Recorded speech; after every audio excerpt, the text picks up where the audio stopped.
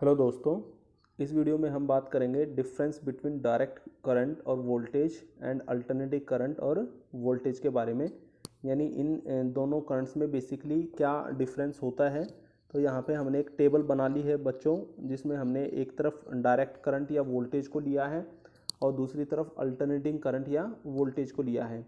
तो सबसे पहला पॉइंट यहाँ पे डिस्कस करते हैं, that is in case of direct current its magnitude may be changed but direction does not। यानी यहाँ पे बच्चों डायरेक्ट करंट के बारे में आपने पहले पढ़ा भी है, 10th क्लास में भी हम डायरेक्ट करंट और अल्टरनेटिंग करंट वैसे दोनों के बारे में पढ़ते हैं, बट 12th क्लास में अल्टरनेटिंग करंट का एडवांस जो रोल है वो दिखाया जाता है आपको, और डायरेक्ट करंट आपका सिंपल करंट होता है तो इसलिए ज़्यादा इसके बारे में बात नहीं की जाती है।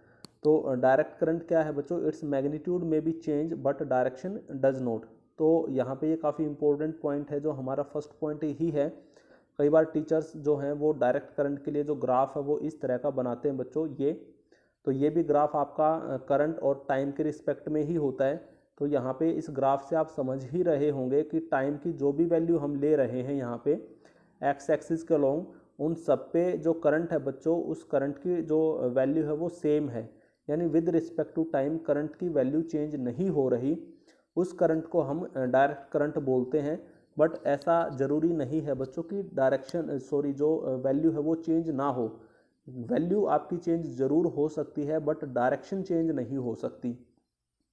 अगर डायरेक्शन चेंज होगी बच्चों तो ग्राफ जो है वो नेगेटिव वाई एक्सिस में भी जा सकता है। अभी जो ग्राफ है आपका लाइन जो है वो पॉजिटिव में ही है, अगर ये किसी तरह से स्लो डाउन करके नेगेटिव वाई एक्सिस में चली जाती है तो यहाँ पे तब हम ये मानेंगे कि डायरेक्शन आपकी चेंज हो चुकी है। अदरवाइज डायरेक्शन हमारी चेंज नहीं होगी। तो करंट की वैल्यू में ज़रूर चेंज आ सकता है, ज़रूरी नहीं है बच्चों कि ये जो ग्राफ आपने लिया है ये स्ट्रेट लाइन ही हो। यहाँ पे क्योंकि मैंने जो रिप्रेजेंटेशन है उसमें भी जो वैल्यू है उसको चेंज कर रखा है यहाँ पे, बट डायरेक्शन को चेंज नहीं किया है। तो इस तरह का जो करंट होगा वो आपका डायरेक्ट करंट होगा। बट बात अगर अल्टरनेटिंग करंट की करें, it's a direction as well as magnitude changes. यानी यहाँ पे बच्चों डायरेक्शन भी चेंज होती है आपकी और मैग्नीट्यूड भी चेंज होता है। तो मैग्नीट्यूड कैसे चेंज हो रहा है वो भी मैंने आपको बता ही दिया।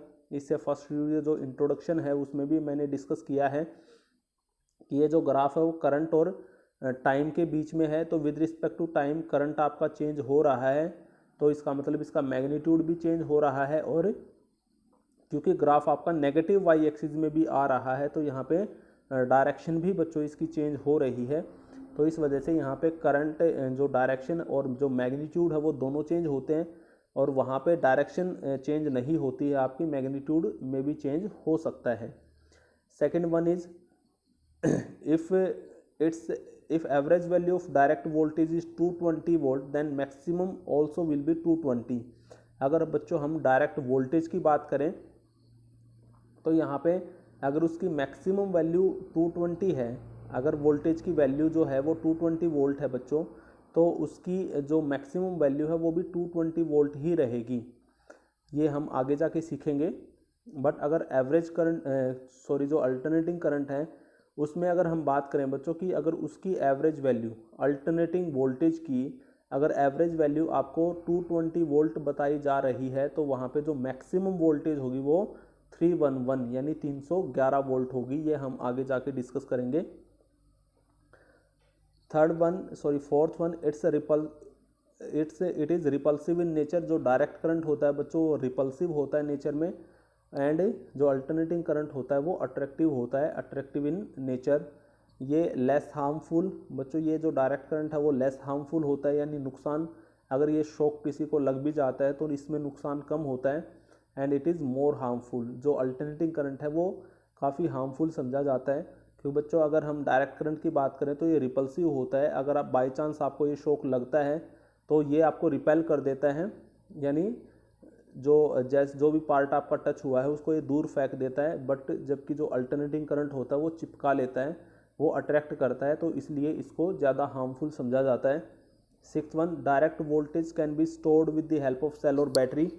बच्चों जो डायरेक्ट वोल्टेज है उसको हम सेल या बैटरी की हेल्प से ऑब्वियसली स्टोर कर सकते हैं, but it can't be stored. जो अल्टरनेटिंग वोल्टेज है उसको हम स्टोर नहीं कर सकते।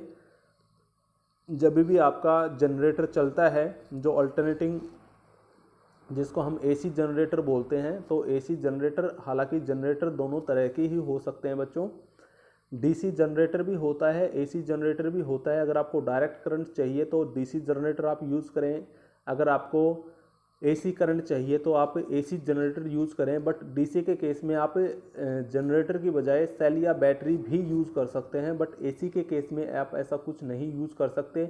अगर आपको एसी यानी अल्टरनेटिंग करंट चाहिए तो आपको सिर्फ जनरेटर ही या डायनेमो, जो एसी डायनेमो होता है, वही यूज़ करना पड़ेगा। अदरवाइज़ इसका कोई भी ऐसा सोर्स नहीं है जहाँ से आपको ये मिल सके। It next point, it can be controlled with R only. अब यहाँ पे बच्चों बात आती है कि जो डायरेक्ट करंट है उसको कैसे कंट्रोल किया जाता है, उसको कैसे रोका जाता है। तो ये 10th क्लास में भी हमने स्टडी किया है कि कंडक्टर की एक ऐसी प्रॉपर्टी होती है जो करंट को रोकने का काम करती है, और कमर्शियल बेसिस पे बहुत सारे रजिस्टर्स मार्केट में अवेलेबल होते हैं जो सर्किट में हम यूज़ करते हैं, रेजिस्टेंस अप्लाई करते हैं ताकि करंट को कम किया जा सके, उसको कंट्रोल किया जा सके। तो इसको सिर्फ आर की हेल्प से ही कंट्रोल किया जा सकता है। यानी रेजिस्टेंस अगर आप किसी सर्किट में लगा देंगे, कोई डीसी सर्किट है आपका, वहाँ पे अगर आप रेजिस्टेंस लगा देंगे तो करंट कंट्रोल हो जाएगा, उसको आप कम कर सकते हैं। But it can be controlled with R, L and C. But जो अल्टरनेटिंग करंट है बच्चों, उसको रेजिस्टेंस से भी, इंडक्टर से भी और कैपेसिटर, इन तीनों से उसको, रजिस्टर, इंडक्टर और कैपेसिटर, ये आगे जाके हम पढ़ेंगे इंडक्टर और कैपेसिटर। कैपेसिटर हम वैसे फर्स्ट यूनिट में पढ़ चुके हैं। इंडक्टर मैंने आपको पहले भी बताया था कि जो आपके पास कोइल होती है उसको हम इंडक्टर ही बोलते हैं, क्योंकि वो आपको इंडक्टेंस प्रोवाइड करवाती है। ये हम सेल्फ इंडक्टेंस और म्यूचुअल इंडक्टेंस में पढ़ ही चुके। तो जो कोइल है, करंट कैरिंग कोइल होती है बच्चों, उसको हम इंडक्टर भी बोल सकते हैं। सोलेनोइड भी हम इसको बोलते हैं, कोइल भी हम इसको बोलते हैं, इंडक्टर भी हम इसको बोलते हैं। तो यही हमारा इंडक्टर होता है। तो आर यानी register, L inductor and C capacitor. Capacitor हम फर्स्ट यूनिट में पढ़ चुके हैं। ये इन कंपोनेंट होते हैं बच्चों जिनसे हम इसको कंट्रोल कर सकते हैं। Frequency of DC voltage is equal to 0। यानी अगर हम यहाँ पे फ्रीक्वेंसी की बात करेंगे बच्चों, करंट या वोल्टेज की जो फ्रीक्वेंसी है, डायरेक्ट वोल्टेज या डायरेक्ट करंट की जो फ्रीक्वेंसी है वो आपकी 0 होती है। और अगर इसकी फ्रीक्वेंसी की बात करें तो ये 50 हर्ट्ज होती है इंडिया में। जैसे कई बार 10th क्लास में भी आपको बताया गया है कि in India supply voltage is 220 volt and frequency is 50 hertz. तो ये फ्रीक्वेंसी यहाँ पे क्यों यूज़ की गई है, क्योंकि ये अल्टरनेटिंग है बच्चों, वोल्टेज और करंट अल्टरनेटिंग है। इस तरह की वेव फॉर्म में इसका ग्राफ आता है। तो वेव की एम्पलीट्यूड क्या है, उसकी वेवलेंथ क्या है, उसकी फ्रीक्वेंसी क्या है, ये सारी की सारी 9th क्लास में भी हमने सीखी हैं। तो वही सारी चीज़ें हम यहाँ पे भी यूज़ कर रहे हैं। इवन 11th क्लास में भी ये काफ़ी बार हमने वेव के बारे में सीखा है। तो इसका जो नेचर है इस करंट का, वो वेव की तरह ही है यहाँ पे। तो ऑब्वियसली इसकी फ्रीक्वेंसी भी हम निकाल सकते हैं, और इसकी फ्रीक्वेंसी जो है बच्चों वो इंडिया में 50 हर्ट्ज होती है। जबकि जो डीसी है या डायरेक्ट वोल्टेज है उसकी फ्रीक्वेंसी आपकी 0 होती है। तो as we generally say that the value of home supply voltage is 220 volt alternating current, but as from graph we see that value of alternating current or current is changes continuously, then how we can say that it is 220 volt,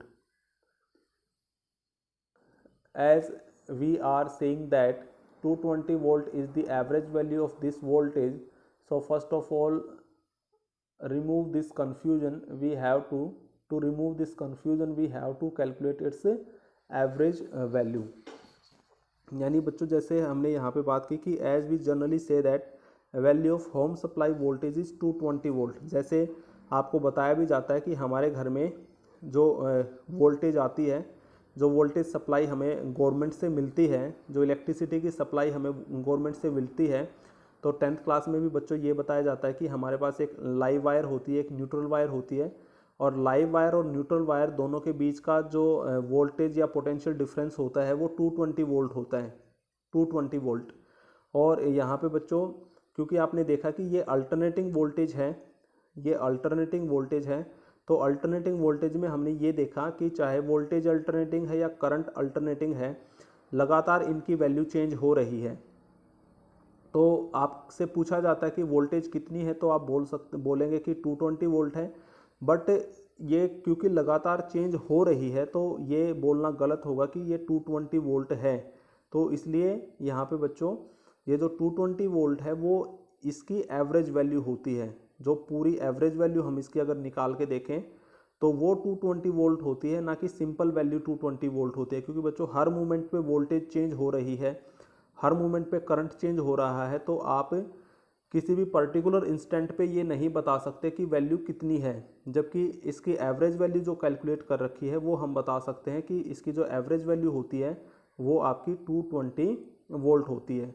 तो as we generally say that the value of home supply voltage is 220 volt, but as from graph we see that value of alternating voltage or current is changing continuously, then how we can say that it is 220 volt। तो हम कैसे कह सकते हैं कि ये 220 volt है। as we are saying that 220 volt is the average value of this voltage, so first of all remove this confusion we have to calculate its average value। तो बच्चों इसलिए हमें सबसे पहले इसकी एवरेज वैल्यू कैलकुलेट करनी पड़ती है कि हमारे पास जो वोल्टेज है उसकी ये एवरेज वैल्यू 220 वोल्ट किस तरह से आती है, ये कैसे आती है। तो फिलहाल इस वीडियो में हमने डिस्कस किया है जो डिफरेंस है, जो मेन डिफरेंस होते हैं कि अल्टरनेटिंग करंट या और अल्टरनेटिंग वोल्टेज और वर्सेस जो डायरेक्ट करंट या डायरेक्ट वोल्टेज है उनमें कि क्या क्या डिफरेंस होते हैं बेसिकली, और उनको आप किस तरह से अंडरस्टूड कर सकते हैं। Thank you.